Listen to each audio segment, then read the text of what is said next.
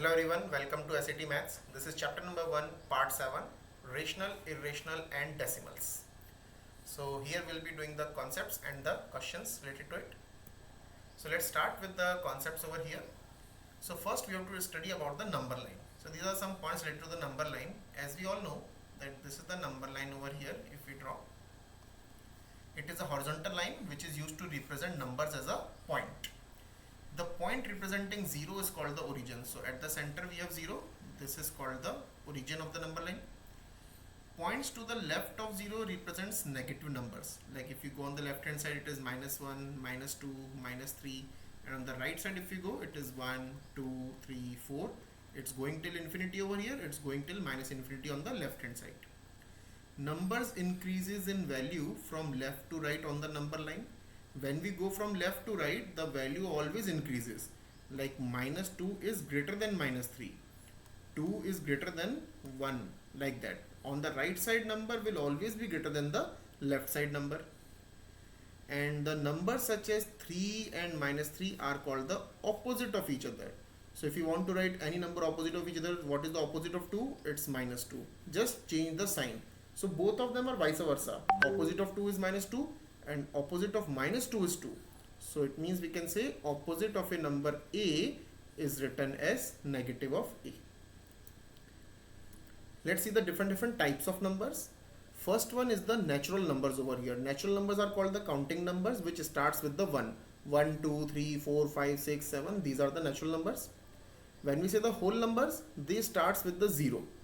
So basically the only difference between natural and the whole number is that is of 0 only. So we can say all natural number are whole number, but all whole number are not natural. And next is the integer. Integers are the complete number without the decimals. It can be negative, it can be positive, it can be 0.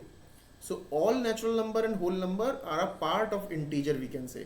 It is going till infinity over here and till -infinity on the left hand side. But when we say the negative and positive number, so from 1 to here, these are called the positive integers. In the positive, 0 is not counted. And when we say the negative integers, these are the negative integers on the left of 0. So we can also say one thing, that the positive integer and the natural number are the same thing. But what about the 0? How we can include 0? We can also say non-negative integers. When we say non-negative integer means which are not negative. So from this number line, remove the negative integers. So what we are left with? 0, 1, 2, 3, 4. So these are the non-negative integers. So non-negative integer and the whole number are the same thing. In the same way, when we say non-positive integers, so we don't have to consider the positive integer. So if you remove the positive integer 1, 2, 3, 4, 5, what we are left with? -3, -2, -1, 0. So from 0 till left hand side, all will be considered as the non-positive integers. So natural number and the positive integer are same. Whole numbers and the non-negative integer are same thing. Next we have the rational numbers. Any number which can be expressed in the form of a upon b, where a and b are integers and b should not be equal to 0. So this can be any number if you are writing in the form of a upon b.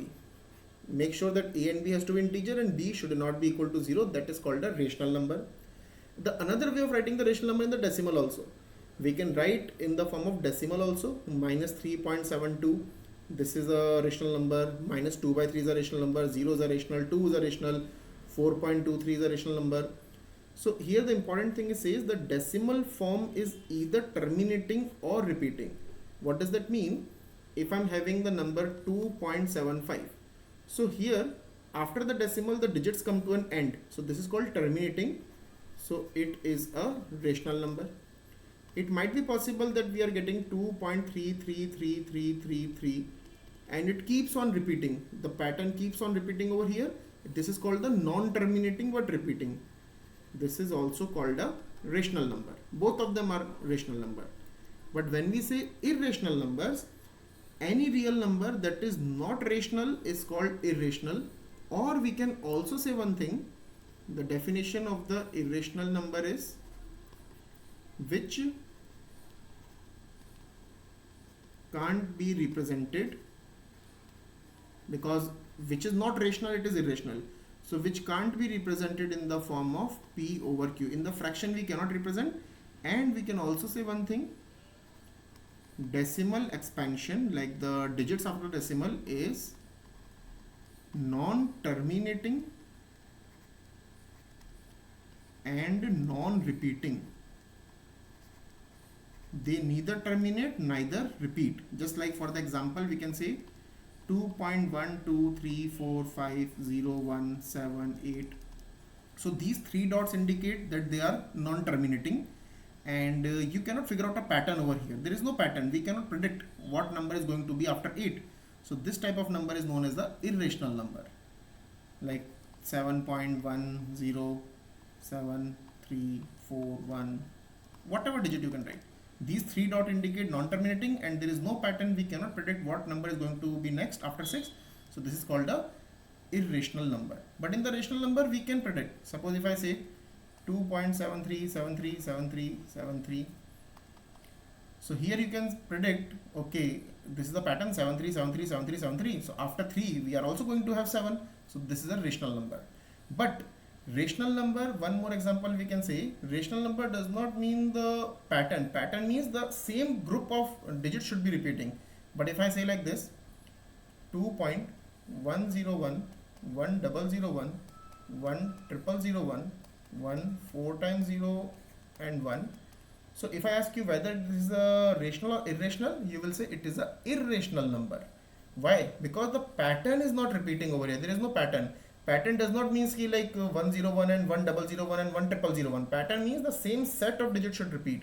Here it is 101, but here we have 1001, then 1001. So this is not the same. So it is a irrational number. Pattern means like this: 73 73 73 73. A group of digit can be 3 or 4 also. So basic irrational numbers are all the non-perfect squares inside the square root. When we say inside the square root, non-perfect square, just like root 3, root 5, root 6, root 7, root 8, all of them are irrational number. Pi is a irrational number. In the maths we use the Euler number, that is also a irrational number. Now the next thing is the rounding of the decimals. This is the concept of round off. So whenever we have to round off any number to a decimal place or any desired place over here, we have to look at the next digit after it. The rule over here says, suppose if I have a number like this, 7.324. If I ask you to round off up to 2 places of decimal, it means after decimal there should be only 2 digits. So you will look at the third digit, whether the third digit is 5 or more than 5. Right now you can see the third digit is less than 5. So if the third digit is less than 5, just drop this third digit, and the 7.32 is the rounded off number. But if we are having 7.325, if I again want to round off to 2 places of decimal, so I will look at the third digit. Third digit is 5. If it is 5 or more than 5, we will drop this 5, but we will add 1 to the previous digit. So it will become like this. Similarly, if it is 7.326, the third digit over here is still more than 5. So again it will round off to 7.33. So that's how it works. So whether we have to round off, like if I say 14.7325, if I want to round off to 1 place of decimal, after decimal there should be only 1 place. So I will look at the second digit this time, because I want to give the answer only 1 place of decimal. So this is 3, which is less than 5. So I will drop it, and 14.7 is my final answer. But if I want to round off the same number to, let's say, 3 places of decimal, it means if I want to round off to the 3 places of decimal, then I will look at the 4th digit. So 4th digit is 5 over here, which will increase.